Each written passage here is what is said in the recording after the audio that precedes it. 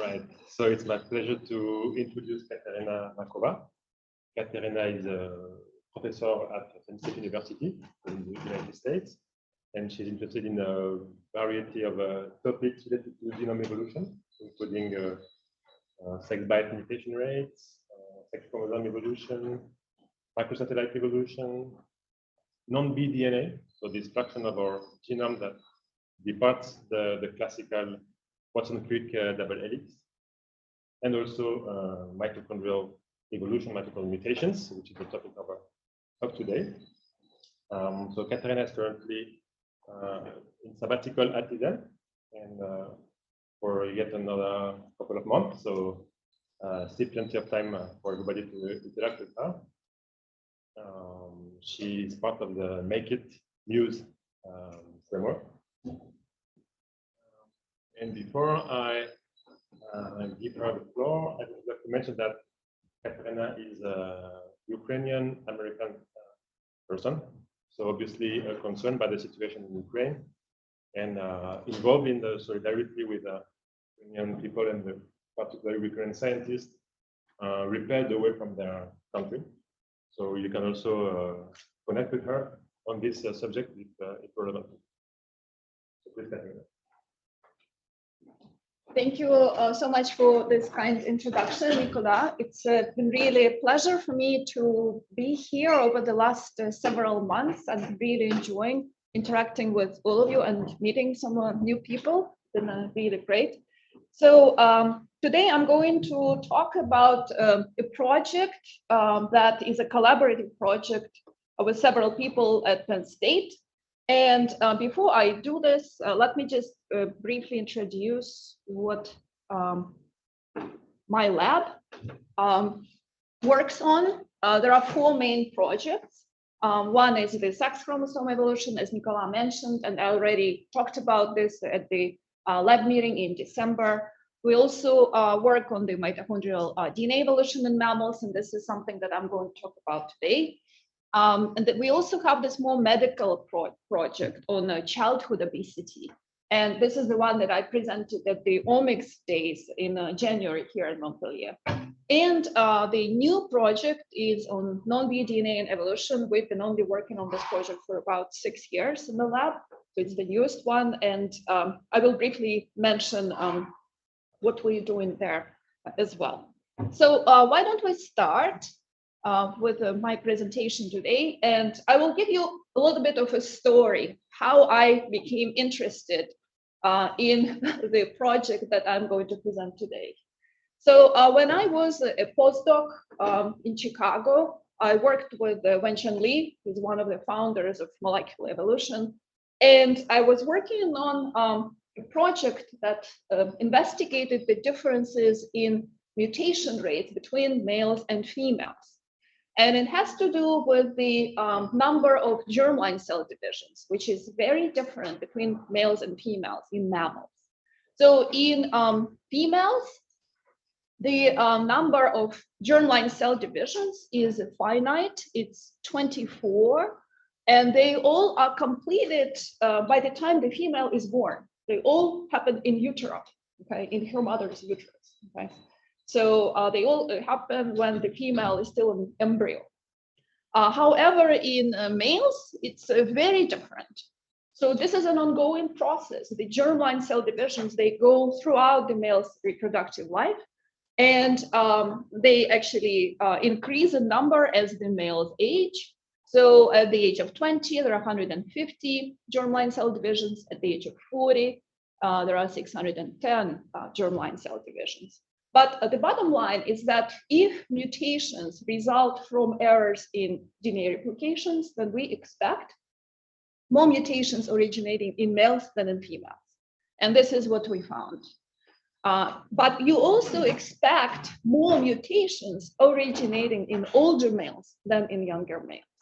Okay.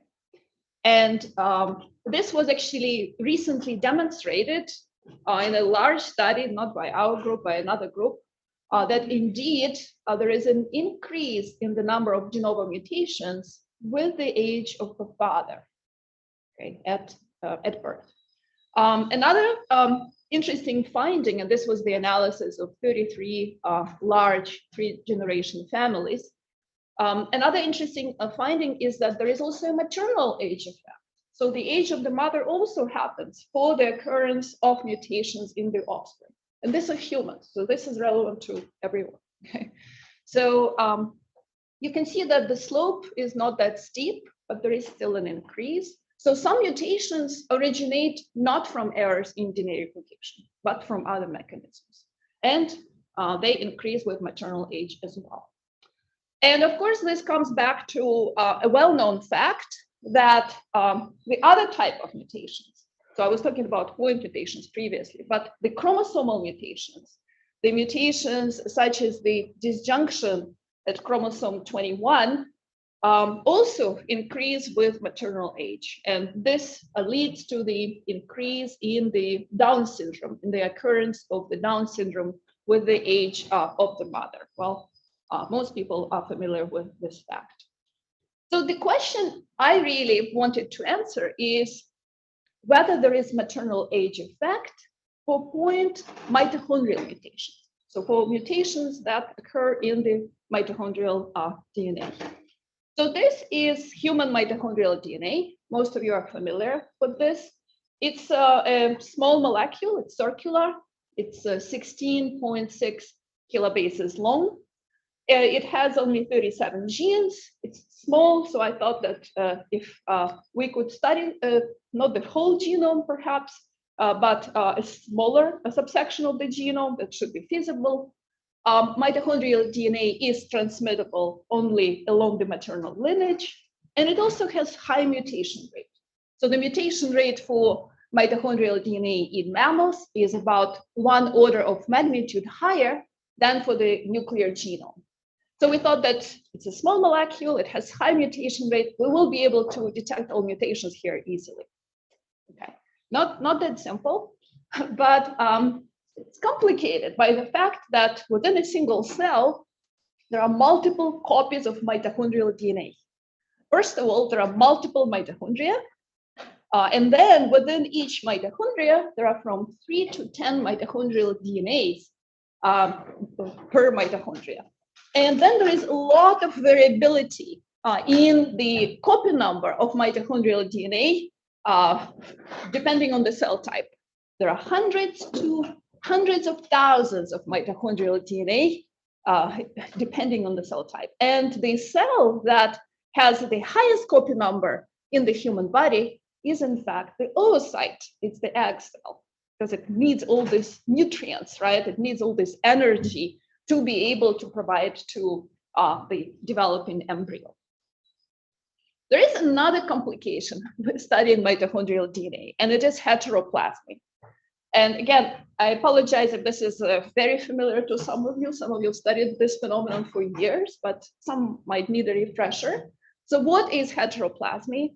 Heteroplasmy is the presence of several types of mitochondrial DNA within the same cell, within the same tissue, within one body. And what we found out is that each human, on average, has one mitochondrial heteroplasmy with the minor allele frequency of 1% or higher.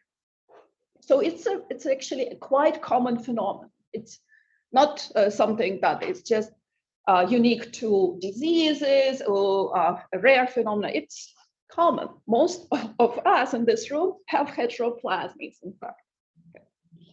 And why is, we really wanted to study whether the mutations increase in mitochondrial DNA with the age of the mother. Why is this important? Well, this is important because 1 in 5 to 10,000 humans suffers from diseases caused by mitochondrial DNA. And these are diseases that are multisystemic. They affect many organs. Mostly they affect organs that are energy demanding, such as muscle, brain.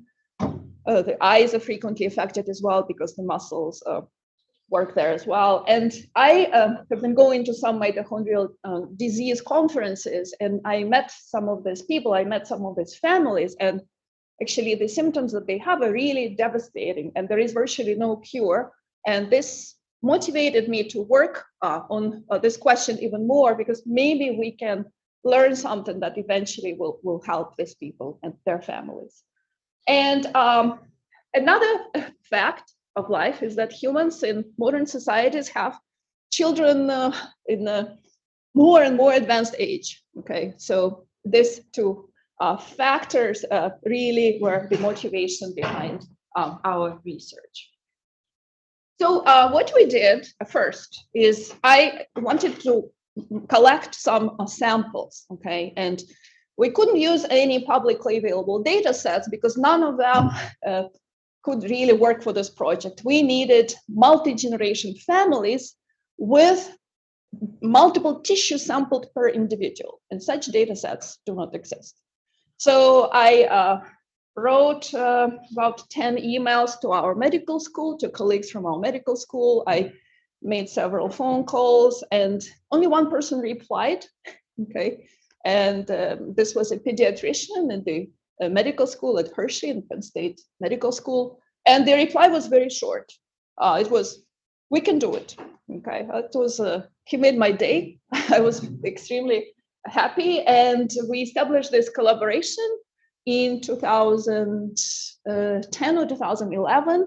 And over the course of several years, he was able, Ian Paul, this is the name of my collaborator, he's here, pediatrician from Hershey. He was able to collect samples from over 500 multi-generational families, okay, including at least 2 tissues per individual. And of course, this was non-invasive, okay? Yeah, these healthy children and their mothers, right? And so we collected all of the samples, and then my job, the job of my lab was to analyze them, to sequence them, and to provide with the answers about the maternal age effect.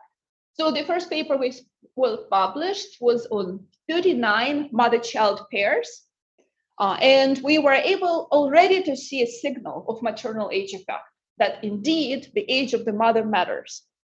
Mitochondrial point mutations increase with the age of the mother. And the second study that we published included 345 humans from 96 multi-generational families. And we found we had more resolution. We could confirm maternal age effect. We also could see the bottleneck in the transmission of mitochondrial DNA. And we also could see selection in the germline.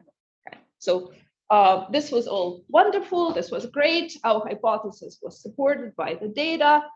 But in fact, what we found is that over the age of 20 years, between 20 and 40, there is increase in the number of de novo germline mutations, about 0.2. So each 5 mothers have one extra mutation over this time.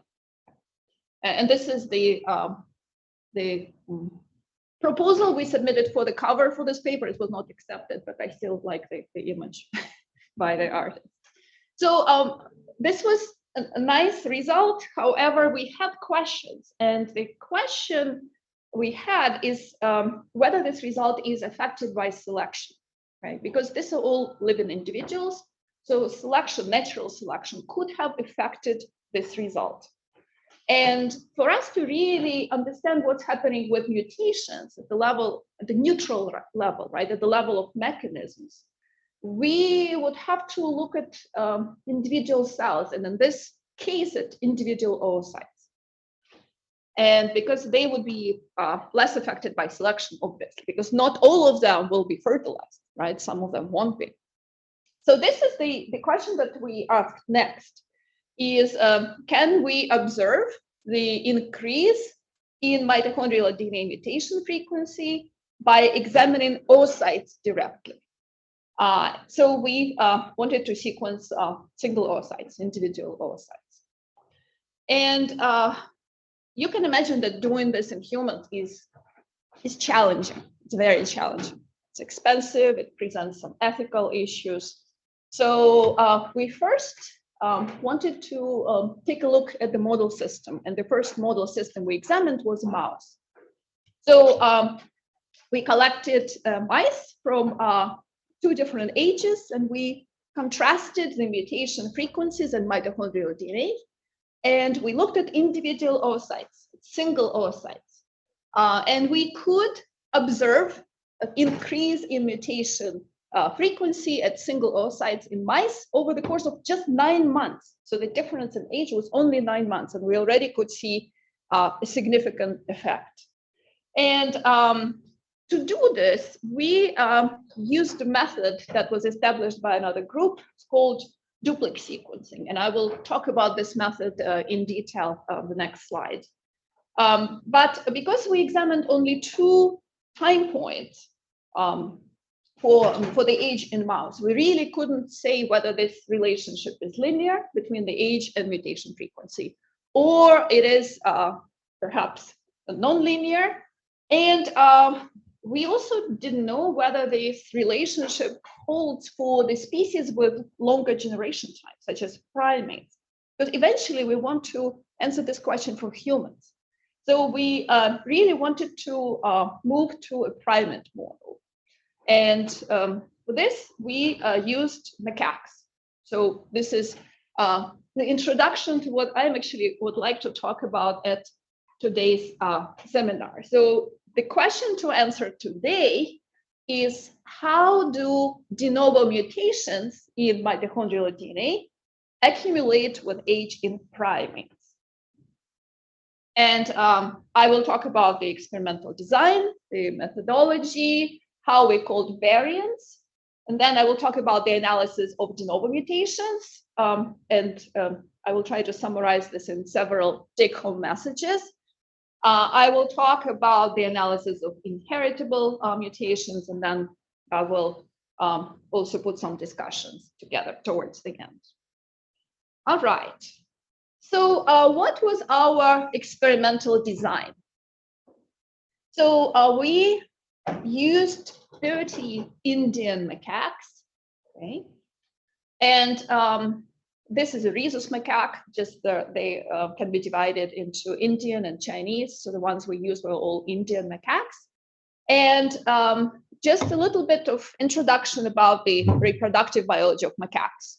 So they reach sexual maturity at the age of 3, and they undergo menopause at the age of 25, right? So it's a shorter reproductive span than in humans. And we selected animals that differed in age. So altogether, there were 4 different age groups. So there were young animals. So this under the age of 5 years, intermediate 1, 5 to 10 years, intermediate 2, 10 to 15 years, and old animals, 15 through 23, okay? And roughly we had equal number of macaques in each of these age groups. Well, 9, from 7 to 9. And for each of these animals, we collected 3 different tissues. So this was skeletal muscle, liver, and single oocytes. And for some of them, we also collected heart. And for, in terms of single oocytes, we tried to collect multiple single oocytes per animal. To say that this was not easy would be an understatement, okay? So this was an opportunistic collection that lasted over 5 years or longer. So we established collaborations with several primate research centers in the United States. So these are the research centers whose job is to provide scientists like us with these samples. But we didn't want to kill any animals just for our experiment. So we waited until other researchers had to sacrifice animals for their projects, and then we could collect the tissues that we were interested in. And altogether, we collected tissues from more than 100 animals. And after that, we had a big celebration in the lab. And because it was a major undertaking, the big issue is that we had to ship each ovary in the incubator at the temperature of 37 degrees. because otherwise it's impossible to dissect individual oocytes. So I had a wonderful lab manager who worked on this, Bonnie Higgins, and this was affected by the DEX being unreliable, by winter storms, by lost packages. You can only imagine, but we succeeded in doing this. And these are all the primate research centers we collaborated with. And this is my collaborator right here. His name is Francisco Diaz, and he is a reproductive biologist at Penn State. So he actually studies oocytes. So he knew how to dissect individual oocytes. So Penn State is a big university, and so you can find experts pretty much in anything you want. But I think we were really lucky to find a person who was a specialist in mammalian oocytes. So him and his graduate student physically dissected each individual oocyte for this study, which also took some time, several years. And so what we did is we collected these 3 types of tissues: liver, skeletal muscle, and single oocytes from these macaques. And then we lysed the cells, and we did mitochondrial DNA enrichment. Remember that mitochondrial DNA is a circular molecule, right? So we wanted to get rid of the nuclear DNA as much as possible. So we used the exonuclease 5 digestion, which digests linear DNA quite efficiently. So we did this enrichment. And the next thing that we did is we applied this duplex sequencing.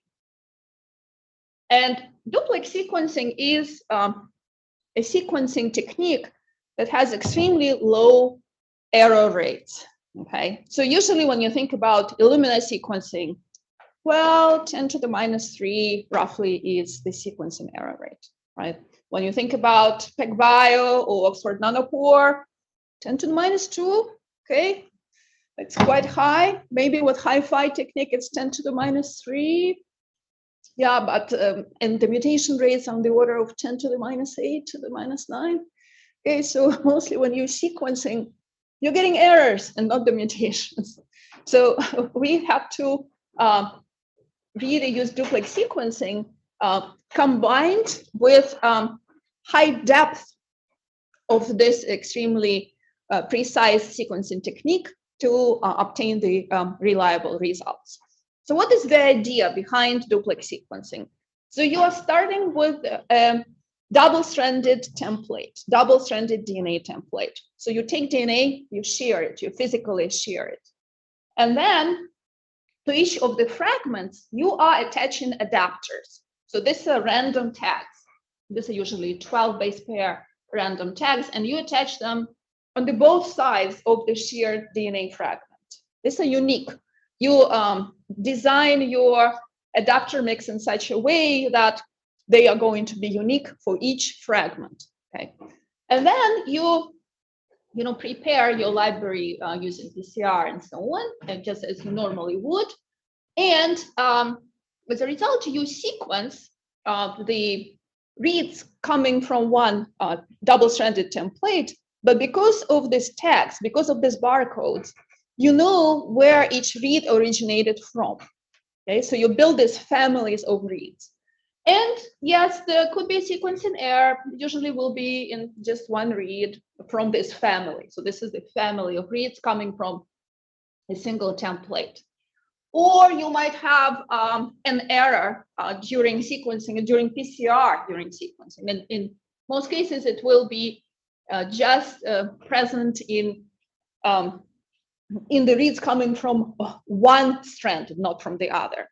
The true mutation will look like the green one here. Okay, and actually I'm using my cursor over Zoom, so let me see. Oh, this is much better. Yeah, here the true mutation will be present in all progenitor reads from the same template. So we were able to build this duplex consensus sequences, and coming from the reads from the family originating from the same template, and we were able to identify true mutations. So this method is challenging, but it's even more challenging when you try to apply it to single cells. Okay, and I had let me see. I've been really lucky that I had a very talented postdoc working with me. Her name is Barbara Ardbeifhuber, and it took her 3 years to establish this method because it was not easy. But if anybody could do it, it's Barbara, because she really knows molecular biology techniques extremely well, and she's extremely dedicated. So she was able to apply duplex sequencing to single cells. But now we are finding a lot of interesting biology with the use of this method. So first of all, how did our enrichment work? In most cases, our enrichment for mitochondrial DNA worked really well. So I'm not saying it was perfect, but it was highly enriched in most samples. For oocytes, the enrichment was more variable, but still on average, it was high. And what was our sequencing depth? And here I'm talking about not the overall sequencing depth, but the sequencing depth of this consensus, duplex consensus sequences. And for somatic tissues, it was in the thousands. And for oocytes, it was in the hundreds. Still, we were able to quite reliably determine the mutations.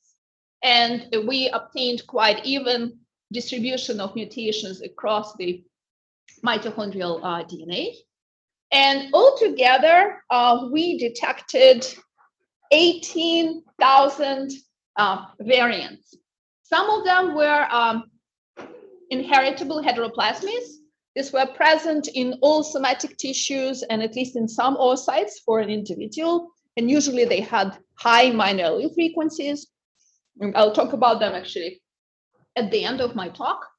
And then we did some light filtering, and the rest were 17,637 high confidence tissue-specific de novo mutations.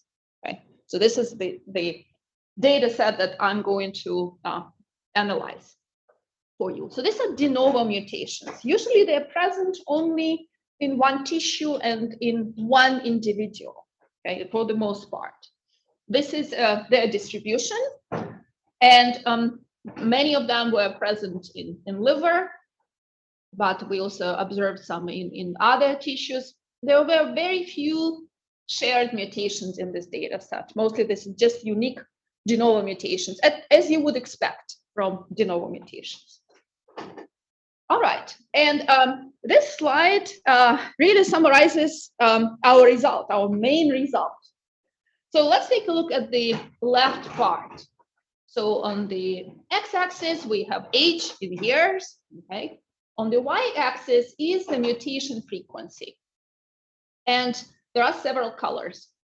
Blue is liver, muscle is in green, and heart is in red, and oocytes are shown in black. So the first thing you see is that liver just goes up. So the highest mutation frequency is observed in liver, and also the highest increase with age is observed with liver. Muscle and heart are in the middle, and they're very close together, which also makes sense, right? These are the two tissues that you think about. Well, they're similar, right? They're both muscular tissues. And then these are the oocytes, and the oocytes have the lowest mutation frequency. And also, if you look carefully, this line doesn't really go up all the way. And first we were thinking, okay, it's probably some kind of artifact, something is wrong, we should take a look again. But then we also talked with our statisticians who are collaborators on this project, and they modeled this carefully. Indeed, this for oocytes, the mutation frequency does not increase after the age of 9. It stays flat after the age of 9. At least from our data, this is a true result. Then we did a very similar analysis, just regrouping the data based on this 4 age groups. And again, we have the lowest mutation frequency in the youngest age group and the highest for the old age group. But for oocytes, the last 2 age groups, they pretty much also stay flat, right? So definitely something is happening with the oocytes here. They behave differently than somatic tissues. It was unexpected. So there will be many things in this talk, but so I wanted to really focus your attention on three main messages. So this is one of them, is that mitochondrial de novo mutation frequency in macaque oocytes reaches a plateau at the age of 9 years and doesn't increase further. So this is your take-home message one. All right, so what are these mutations? We're interested in mutation mechanisms. What are they? Most of them are transitions, okay? Most of them are transitions. You can see, so here, the colors are the 4 different groups, age groups of macaques. And this is liver, muscle, and oocytes. And these are the different types of mutations. And the first 2 are transitions. The first 2 groups are transitions, and they are the highest bars for all the different tissues. So most of them are transitions. The other observations we made is that there is no evidence of purifying selection at protein coding genes. So what is here? So the upper row is liver, the middle one is muscle, the lowest one is oocytes, and the columns are age groups: young, intermediate 1, intermediate 2, and old. And at the y-axis, it's the non-synonymous to synonymous rate ratio. So this is our measurement of selection. It's similar to DNDS, but it's for heteroplasmids, okay? And on the x-axis here, we have different mitochondrial genes. So the red dots are our observations, but the intervals are our neutral expectations. And if there is purifying selection, we would expect a red dot below the interval. And we don't observe this pretty much anywhere. In fact, in some instances, the red dot is above the interval, suggesting positive selection. But I will come back to this in a moment. So you can think, how is it possible that mutations in protein coding genes are not undergoing purifying selection? Well, but these are de novo mutations. There are many of them, right? So many of them are probably not important. There are many copies of mitochondrial DNA in the cell. All right, we observed a high frequency of mutations in D-loop. So D-loop is this very interesting region in mitochondrial DNA that has origin of replication. It also has the promoter site. And this has been known previously that it has high mutation frequency. So we're seeing high mutation frequency for D-loop for all the 3 tissues that we analyzed. However, we observed an even higher mutation frequency for another region. And this is the origin of light strand replication, OREL. Okay, so if we plot the mutation frequency for the D loop, then the frequency for OREL is much, much higher, but only in liver. So only in liver we're seeing this peak. We're not seeing it in muscle or in oocytes. And in fact, this peak is higher for older animals. So what is this OREL? Okay, so here it is, OREL. So this is the origin of replication of the light strand. It is functionally conserved in vertebrates. And in fact, this region, it's only 33 base pairs, but it forms this nice hairpin. Okay, so here it is for human, and here it is for mouse. And this is some fishes that I'm less familiar with, honestly, but there is still this, this structure that is being formed. And the way this works is that the heavy strand is synthesized first, but then when the polymerase reaches OREL, it goes through it, and immediately the structure is formed. And this is a signal to start replicating the light strand. So it is really critical, it's really important. But we're seeing high mutation rate there, which is also very unexpected finding. And in fact, if we plot, all of the different regions we looked at together, OREL is really screaming with mutations, particularly in liver of older animals. Okay. So then we also did something interesting. We identified some sites that were mutation hotspots, meaning that there were mutations observed at the same site in multiple animals. So based on mutation rate, we observe some of such sites just as a random expectation. But we don't observe such sites that would be hit in 5 or more macaques, okay? However, we observed such instances. We observed cases where the same site did mutate in multiple macaques, in 5 and more macaques.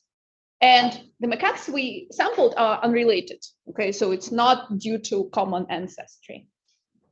And so this is the number of hotspots that we observed. And about 10 to 26% of all de novo variants occur at hotspots occupying only 2.4% of mitochondrial DNA. So real hotspots. And many of our hotspots occur in this region, again, in OREL, which is unexpected because so 3% of hotspots are located in OREL, whereas this region covers only 0.2% of mitochondrial DNA. So this is certainly not random, okay? Something is going on here. All hotspots in the OREL are liver specific, so they are only observed in liver. And then we did some modeling of whether any of these mutations, these are the hotspots that we observed, whether they disrupt the structure. And in fact, based on the energy of these predicted structures with mutations, 10 out of 12 hotspots disrupt the formation of the hairpin, make this hairpin less stable. So they might have some functional consequences. Many questions arise, why in liver? Why in older macaques? So I will come back to them in the discussion. But let me summarize this for you. Take home message number 2 is that origin of replication for the light strand, or OREL, is a hotspot of mutation accumulation in liver in older macaques. This is another result. All right. So this is a graph showing how the distribution of mutations shifts depending on age and depending on tissues. So what we have here, this is mitochondrial DNA reference, and this is our expectation. This is our neutral expectation. So most mutations we expect to be in the protein coding region because the mitochondrial DNA is, for the most part, consists of protein coding regions. And then we also expect some mutations in tRNA, in rRNA, and some in the D loop. But this is what we actually observe. So this is liver, muscle, and oocytes. And the different rows are the number of macaques in which these mutations are observed. So the top row is definitely not hotspots. So they're observed in less than 3 macaques. The middle row is, we are not sure whether they're hotspots or not. But the bottom row are definitely hotspots. So these are the sites that are hit multiple times by mutations. And you see that the distribution changes, okay? So OREL is this color, brown, okay? It's not even here, it's just so tiny. So your neutral expectation it doesn't even fit on this graph. But in liver, it already is present, okay? But then it increases in frequency. It increases in frequency, and for hotspots, especially for the older macaques, it really takes over a huge chunk of the distribution. Oocytes, D-loop is the major player, particularly for the hotspots. It is the D-loop. But then I want to bring your attention again to this protein coding mutations that are still present. Of course, there is probably some selection against them, okay? Especially in some of the hotspots. But what we are observing as well is some interesting pattern. So we are observing, in fact, some positive selection at the sites when they are the hotspots. So what is shown here? So this is liver, muscle, and oocytes. So these are the columns. And this is the frequency of protein coding mutations. So these are only protein coding mutations. This is their frequency. So these are not hotspots. These are maybe hotspots. And the last one are definitely hotspots. And you should be following the red dot, whether the red dot is within the neutral interval or outside of it. If the red dot is above the neutral interval, this indicates positive selection. And positive selection is indeed present in hotspots, okay, for liver and muscle, for somatic tissues. For oocytes, we actually have too few mutations to make any conclusions, so I really don't want to speculate about this. The interesting observation is that selection doesn't increase with age here. So this is a phenomenon that does not depend on age at all, at least according to these results. All right, so take-home message number 3. There is a positive selection on hotspots present in protein coding genes in liver and muscle. All right, so I don't want to maybe restate this again, but there are 3 take-home messages. One is that there is this uneven accumulation of mutation with age in oocytes. There is really some sort of plateau there. Another one is OREL, the origin of light strand replication, is a hotspot of mutation accumulation in liver for older animals. And the third observation is that there is positive selection for mutations as hotspots in protein coding genes, but for somatic tissues only. We don't know about oocytes. So these are our de novo mutations. I want to take just a little bit of time and to talk about inheritable mutations. So these are mutations that are present at high frequency and in all the tissues of macaques that we studied. In total, we had 17 sites with such heteroplasmies, and they were present in 10 animals.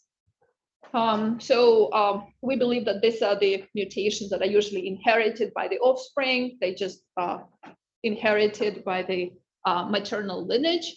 And we found several interesting things related to these mutations. So we were looking at how their minor allele frequencies differ among different tissues. So here we're comparing their minor allele frequencies between muscle and heart. And muscle and heart are very similar tissues. So the correlation here is very high, so very similar minor allele frequencies. Then we compared heart with liver and muscle with liver, and the correlation coefficient drops as compared to what we observed between muscle and heart, okay, and drops here as well. But then when we compare the maps between somatic tissues and oocytes, the correlation coefficient drops even further. So these are the tissues that are even less related to each other ontogenetically. So the mutation, the minor allele frequency is less similar.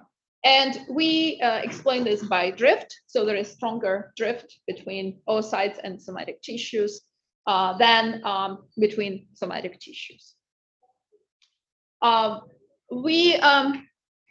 Using these mutations, we wanted to see whether there is any evidence of selection occurring in oocytes. We couldn't see any, so there were just as many instances of increase in minor allele frequency as decrease in minor allele frequency. Another interesting observation is that the differences in minor allele frequency, they increase with age in somatic tissues. So this is age, and this is the normalized variance for somatic tissues. So this goes up with age, and this is significant for somatic tissues, but not significant for oocytes, but maybe we just don't have enough resolution for oocytes. And then the last question we really wanted to ask is how the allele frequency changes from one generation to another generation, and what is the size of this bottleneck. So it is well known for mitochondrial DNA that there is a decrease in the number of mitochondrial DNA molecules that are inherited by the offspring. And this creates a huge bottleneck, a very severe bottleneck. And this can lead to a change in allele frequency. Like here, if you follow the blue allele in the mother, after the bottleneck, it can really have a very different frequency in the child because of the small number of mitochondrial DNA sampled during reproduction. And again, this can lead to dramatic changes between generations. Probably don't have to explain this to this audience. You guys are familiar with this. So using the data on inheritable heteroplasmies, we could estimate the size of this bottleneck. And I will not go into the details about the method, but we found that only about 10 mitochondrial DNA segregating units goes from the mother to the child, which is really a very small sample, very small sample. And compared with human probably is even tighter bottleneck, but for mouse, it's about 85, so it's not as severe. So there are certainly differences among different taxa, and macaque is very similar to human. All right, just a few conclusions about the inheritable mutations. There is a stronger drift between somatic and germline tissues than between the somatic tissues. Drift increases with age for somatic tissues, but not for oocytes. And the size of the bottleneck is similar between macaque and human. Okay. So what does this all actually mean? What are our hypotheses? How can we explain these results? And many of these are just going to be some hypotheses. Well, first of all, we did show the changes in mitochondrial DNA mutation frequencies with age. And the study I was showing today is about macaques. And the study we published recently is about mouse. And over the age of 20 years for macaques and over the age of only 9 months for mouse, the mutation frequencies increase about the same way for the same tissues, right? But the time is very different, right? 9 months versus 20 years. Well, this is in line with previous observations about rodents just being crazy with their mutation rates and many other things, okay? Just really very high tempo of evolution at multiple levels. So why does not mitochondrial DNA mutation frequency increase after a certain age in oocytes? Well, we could not really observe this in a mouse, but this was due to limitations of our design. We only looked at 2 points. So is this a protective mechanism that evolved in primates to allow them, us maybe, to reproduce later in life? This is possible, okay? But what is exactly the mechanism behind it? So there are a couple of hypotheses that we have. It's possible that the mitochondria that have defective, some defects that have deleterious mutations are removed by mitophagy, or it could be that the oocytes with high mitochondrial DNA mutation burden are removed by atresia. Maybe the selection occurs at the level of oocytes. We were discussing with Nicola that there is this possible mechanism of Balbiani body. So this is the cyst cell that actually is forming before the female is born, and it feeds the oocytes and could apportion the healthy mitochondria to to the oocytes for the future generations. However, it doesn't seem to explain the age-related effect, because this feeding of the oocyte by the Balbiani body occurs before a female is even born. Okay, so it does not really fit our data. But there is a simulation paper suggesting that might be contributing to the observed diversity of mitochondrial DNA. But more studies need to be done here, and perhaps we could look at individual mitochondria to really answer this. But this is the next level, the next step. Mutation mechanisms mostly are consistent with replication-driven mutation mechanisms, because these are all transitions, and this is a signature of the polymerase, that polymerase gamma that is being used by the mitochondrial DNA. And also, there is less pronounced signature of these mutations in oocytes, and we know that oocytes are mostly dormant. However, we don't know whether there is coupling between the replication of the nuclear genome and mitochondrial genome. This is still something that is unknown. What is really happening at OREL? Why is there this mutation accumulation? Well, we have some hypotheses. One is that parts of this OREL are single-stranded, and also it assumes this unusual conformation, which we call the non-B DNA conformation, right?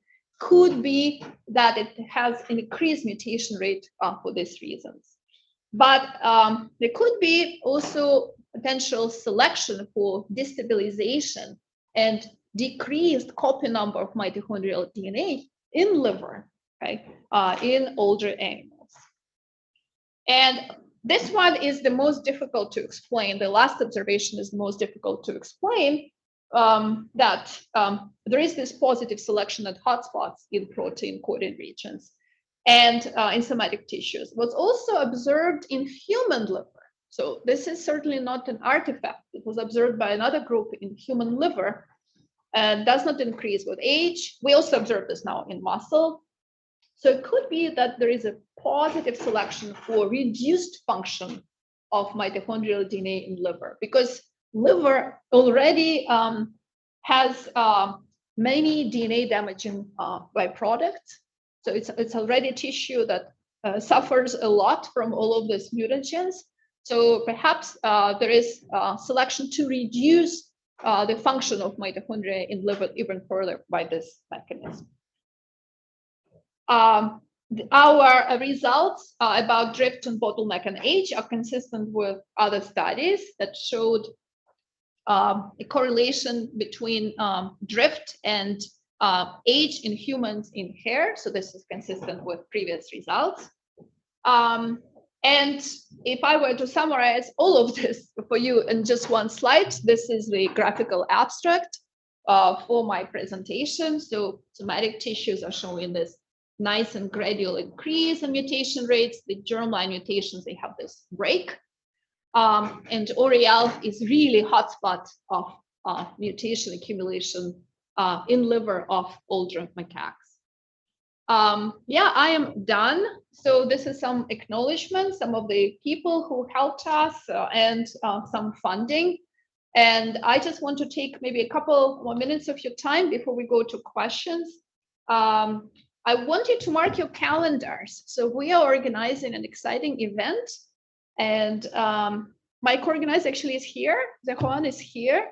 Yes, it will be a Montpellier non-B DNA Day, the 9th of June. Actually, it will be in this auditorium, so very close. If you want to stop by for the whole day, great. If you want to stop by just for some talks, it's also possible. We will have a tutorial on non-B DNA, on what that actually is. So if you would like to, a refresher, would like to learn more, you're welcome to stop by for that. We now have an amazing list of speakers already confirmed. So it's going to be a really great day that we hope to end by a roundtable discussion about non-B DNA and evolution. Okay, the role of non-B DNA in evolving genomes. And the last thing I want to say again is that I'm looking for a postdoc to join my group at Penn State. It's funded by NIH. Send me an email, and this is where we are located. If you're not sure, we are in beautiful Pennsylvania. And this is the landscape over there, the photograph taken by my son. Yeah, if you have any questions about this also, please reach out. All right, thank you very much, and I'll take any questions.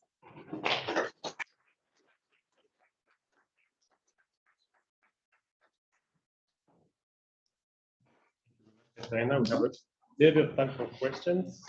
Benoit?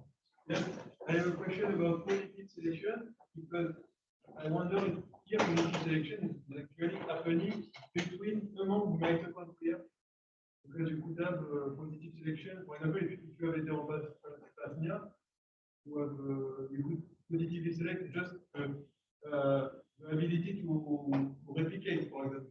So, you know, positive selection could actually happen in egoist mitochondria. Absolutely, I think that. Maybe I should say the question. Sorry. So the question is about positive selection and at which level it happens. Is it something related to egoistic behavior of a mitochondria or isn't? I'm not sure about the egoistic behavior of mitochondria, but certainly the selection can happen at the level of mitochondria. And this is something that we would really like to look at. And in fact, there are methods to investigate mutations in individual mitochondria. So this is something we would like to go to as our next step. Okay, is there another question in the room? Yes, please.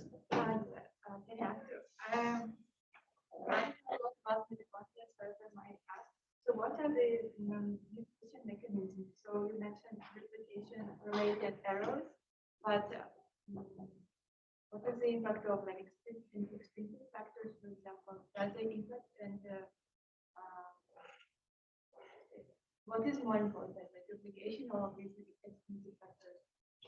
Yes. So the question is about the mechanism of mutation, either intrinsic replication driven or due to extrinsic factors. Mm-hmm. So previously there was a lot of debate about what are the main mutation mechanisms for mitochondria, and one of the suspects was the highly toxic environment there, right? The oxygen radicals. However, the signature of mutations in this case will be mostly transversions. And we hardly observe any transversions in our data. However, from in vitro studies for polymerase gamma, most mutations are transitions. So that's why we believe that most common mutation mechanism here is in fact replication related. The hotspot mutation in the original fermentation of life is very striking. Do we know any human disease that are related to this kind of mutation in the method? Right. So the question is about the hotspots in the origin of replication and their possible relationship with disease. Yeah, we looked, we couldn't find anything really striking in the human mutation databases, but maybe such diseases occur, but they're not common. I mean, it's possible. Mm-hmm. Okay. Please. If you could go to the graphical abstract. To what slide? Sorry. Graphical abstract. Graphical abstract, yes. Yes. Yes, so this plateau for the rate of germ live mutations. So if I understood correctly, the explanation was that there is a certain mechanism, right? Of which it could be, but then so with this graph, it like activates at 9 years. Most likely, yes. Okay. Yes, yes. I think you're understanding this correctly, but we just don't understand the mechanism well enough yet. Okay. Mm-hmm.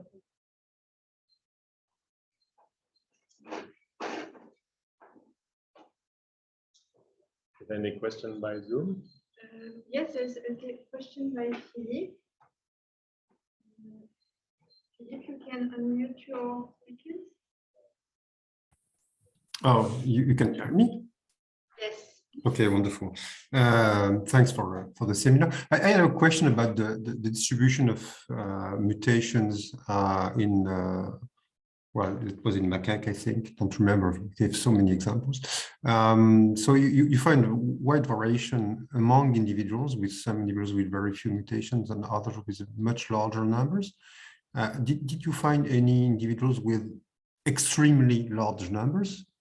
And if yes, did you see any obvious fitness consequences? We don't have to repeat No, this we don't have question. Okay. Yes, so we did look at this, and we did not find any individuals with a particularly high number of mutations.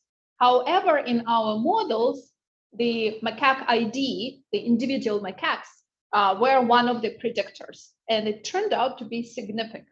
Okay, so there is a variation in mutation rates among macaques, but we don't see any individuals by eye that are extremely high mutators.